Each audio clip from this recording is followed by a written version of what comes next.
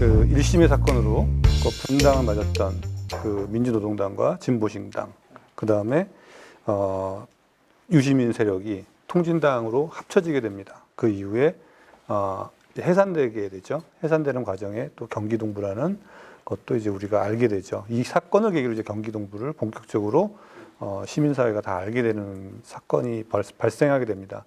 오늘 이 주제를 가지고 한번 재미있게 한번 또 이야기를 진행해 보도록 하겠습니다. 이 세 세력, 어떻게 보면 같이 어울릴 수 없을 것 같은 이 세 세력이 어떻게 다시 합쳐지게 됐을까? 2008년에 쪽박을 차서 그래요.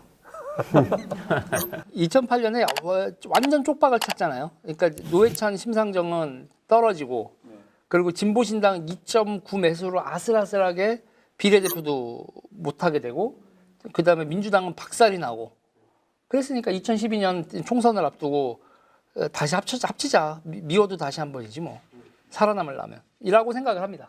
근데 그 이후에 또 그 저기에 있지 않았나요? 그 지방선거에 네. 심상정하고 심상정도 출마하고 노회찬도 출마하는 그런 계기, 그다음에 심상정이 경기도지사 출마했다가 유시민한테 양보했죠. 양보하고 그 욕 뒤지게 예. 먹었지. 그렇게 욕을 먹었잖아요. 둘 다 욕을 먹었죠. 심상정은 당내에서 욕을 먹게 되고, 근데 노회찬은 서울시장 후보로 출마하거든요. 근데 노회찬도 엄청나게 욕을 먹었어요. 완주를 했죠. 완주를 했어요. 그리고 한명숙이 아슬아슬하게 오세훈 서울시장 후보한테 한명숙이 아슬아슬하게 졌는데 그 득표를, 그 차를 극복할 수 있는 득표를 노회찬 후보가 얻게 됐기 때문에 또 엄청난 욕을 먹게 됩니다. 네. 그런 과정에서 이제 이런 이제 합치게 되는 과정이 있는데, 요 얘기에 대해서 좀 자세히 한 번씩 좀 각 진영별로 좀 이렇게 이야기를 한번 해보도록 하겠습니다. 네. 2008년 선거하고 2010년 선거에서 2008년은 완전히 개털렸고 2010년에는 가능성을 봤죠. 지방선거에서. 가능성을 보고 2012년 총선을 앞두고 야 우리 합치면 산다. 이런 생각들을 하죠. 이런 생각들을 하고 거기서 2008년 총선 박살나고 2010년 그 지방선거에서 약진을 하는 과정에 중간에 큰 사건이 하나 있었죠. 노무현 대통령 서거. 노무현 대통령 서거라는 큰 사건이 있고 그러니까 노무현 대통령의 서거로 죽다 살아났죠. 전부 다. 진보 세력도 자기들끼리 갈라져 있었다가 그리고 이제 민주당도 동교동, 그때는 동교동 친노라고 봐야겠죠. 동교동 친노를 갈라져 있던 거 이게 다 하면서 일명 이 패배를 극복하고 이제 이 과정에서 다 온갖 잡탕이 벌어지죠. 이제 오늘 이제 통진당이니까 얘기가 안 나오겠지만 문재인의 등장. 2010년 지방선거에서 그 대선 후보, 야권 대선 후보 1위였던 유시민이 몰락을 하고, 그러면서 이제 친노 진영도 새로운 대선 후보를 찾는 와중에 문재인이 급부상을 하고, 그리고 혁신과 통합이라는 형태로 이제 시민사회 세력과 이런 것들이 이제 민주당으로 다 집결을 하는 그런 모습을 보여주는 하나의 모습이 있고, 그런 과정에서 이제 또 유시민도 살아야 되겠고, 각자가 이제 자기 정치공학적인 셈법으로, 그러니까 심상정하고 노회찬 입장에서도 진보신당으로 지역구에 출마해서 당선될 가능성은 제로니까 제로. 그러니까 자기 조직 다 버리고 자기가 대통령이 아니라 국회의원 되는 길을 찾아간. 그러니까 동지와 뭐 정치 사상 이런 게 아니라 그냥 당선을 향한 욕망의 질주. 이게 이제 이 통진당의 탄생의 원동력이 아니었을까? 저는 그렇게 생각을 합니다. 잠깐만 배경 설명을 좀 추가하자면 제 나름대로 그러니까 욕망을 질주라고 했는데, 실제로 저는 그런 차원에서 얘기를 한다면 2005년이 제가 볼 땐 진보 민주 세력의 분기점이었어요. 그래서 2006년이 되면 뭐가 있었냐면 한미 FTA가 있었고, 전략적 유연성이 있었고, 베네수엘라가 있었고, 그다음 부동산 문제 같은 것들이 있죠. 그래서 2006년, 7년, 8년 이쯤 되면 진보 세력이 밀었던 아젠다들이 대부분 현실과 맞지 않는다라는 게 좀 판명이 났었을 때예요. 따라서 진보 세력의 근본적인 쇄신이 필요했는데, 이때 노무현 대통령이 사망하죠.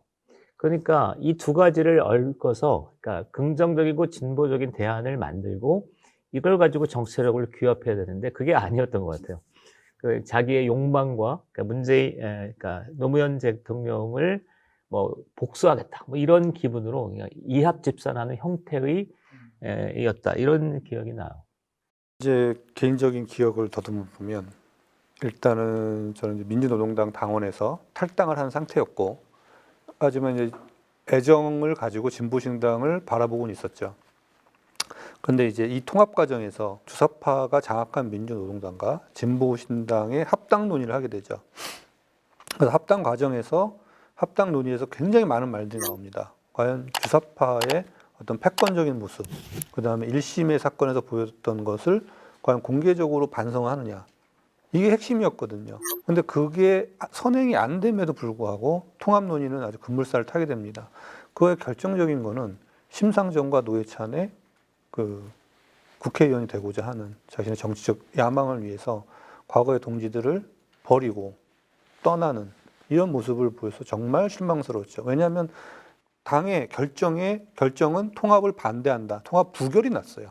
부결이 났는데 자기의 핵심 몇 명만 데리고 당을 떠나버린 거죠. 네, 그래서 이거는 여기서부터 저는 이제 잘못된 만남이 이제 시작하는 거 아니냐. 소위 이제 말해서 민주노동당을 처음에 만들었던 세력이 쫓겨나고 다시 통합하는 과정에서 또 다른 애초에 잘못된 과정을 통해서 또 당을 만들려고 하고 있었다라고 저는 평가하고 싶습니다. 질문이 있는데 그 세 분은 노회찬, 심상정, 그다음에 귀에 너무너무 익숙한 그 유시민. 솔직히 유시민 이분은 되게 좋아했었거든요. 왜냐면 저는 말 되게 잘하는 사람 너무너무 좋아해요.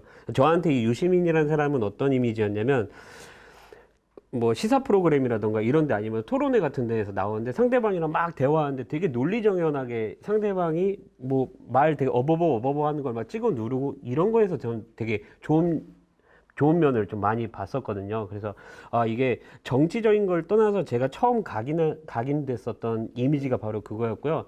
그다음에 노무현 대통령 그 돌아가셨을 때 거기에서 막 되게 막 펑펑 울면서 이렇게 하는 걸 유튜브로 우연찮게 봤는데 그런 영상을 보기 시작을 하면서 뭔가 인간적으로 정서적으로 되게 좀 동질감 같은 걸 좀 많이 느꼈거든요. 그러니까 정치색을 떠나서 뭔가 되게 정말 진심으로 누구 슬퍼하고 그러면서 뭐 나와서 뭐 이렇게 역사적인 거라던가 뭐 이런 거에 대해서 TV 프로그램, 교양 프로그램에도 나왔었거든요.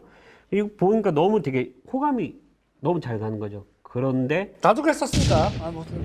이번에 이거 하게 되면서 저도 어느 정도 그래요. 네. 뭔가 실체 아닌 실체? 그러니까 그 사람이 했던 그 실체를 떠나서 몰랐던 사실을 알게 되면서 좀 다른 식으로 보여지기 시작을 하는 거예요. 지금 이것도. 그래서 여기서 이제 궁금한 건 아까 그 세 분은 주사파 계열은 아니고 그럼 PD 계열인 거죠? 노동자 그러니까 중심으로. 심상정 노회찬은 PD 계열인데 유시민은 그렇게 분류하기에는 네, 또 다른 하나의 국참당이죠. 국민참여당 계열의 이제 하나 세 세력이 모였을 때 한 세력의 주도자가 되겠죠. 그러니까 유시민은 그 당시에 이제 그 국민참여당 때 당원이 15만 명까지 모여요. 그러니까 친노의 구심점이었어요. 그러니까 대선 주자 1위 막 15% 이렇게 나왔거든요. 여론조사하면 누가 대통령 됐으면 좋겠어요. 1위였다니까 유시민이. 그 사람이 이제 몰락을 하고 그다음에 이때 이제 통진당 갈 때 15,000명인가? 그것밖에 못 데려가요. 그러니까 아까 민 소장님도 얘기하셨지만 그 노무현 정부 몰락할 때 보면 보수가 공격해서 몰락한 게 아니에요. 대출이 보수가 난리쳤어요. 그 미군 기지 조성한다는데 보수가 반대했겠냐고. 한미 FTA 한다는데 보수가 반대했겠어요?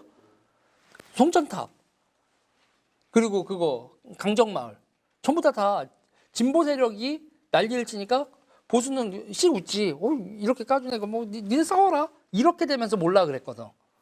그러니까는 그 노무현의 지지자들은 진보 세력. 그래서 그 구좌파 신좌파 이렇게 얘기도 하는데 되게 싫어해.